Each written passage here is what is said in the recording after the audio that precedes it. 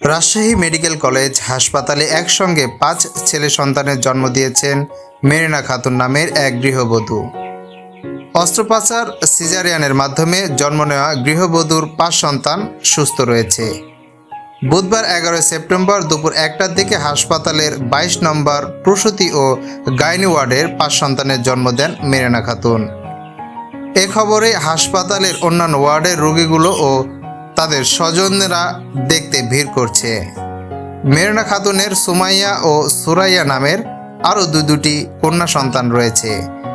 Mariner বাড়ি নওগাঁর বদলগাছি থানার শ্রীরামপুর গ্রামের।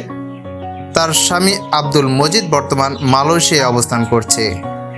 হাসপাতালে গাইনি ও প্রসূতি বিভাগের চিকিৎসক নীলুফার শারমিন বলেন, 11 সেপ্টেম্বর বেলা 11টার দিকে প্রসূতি মেরিনাকে স্বজনরা হাসপাতালে ভর্তি করেন। প্রসূতি অবস্থায় স্বাভাবিক দেখে তাকে দ্রুত ওটিতে নেওয়া হয়।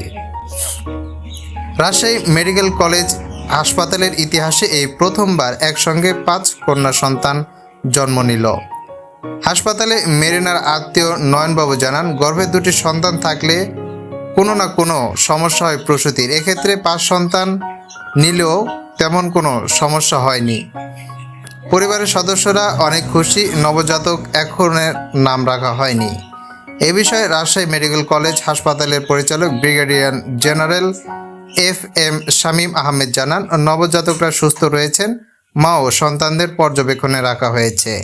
শাফিল ইসলাম রকি, নিউজ ডেস্ক।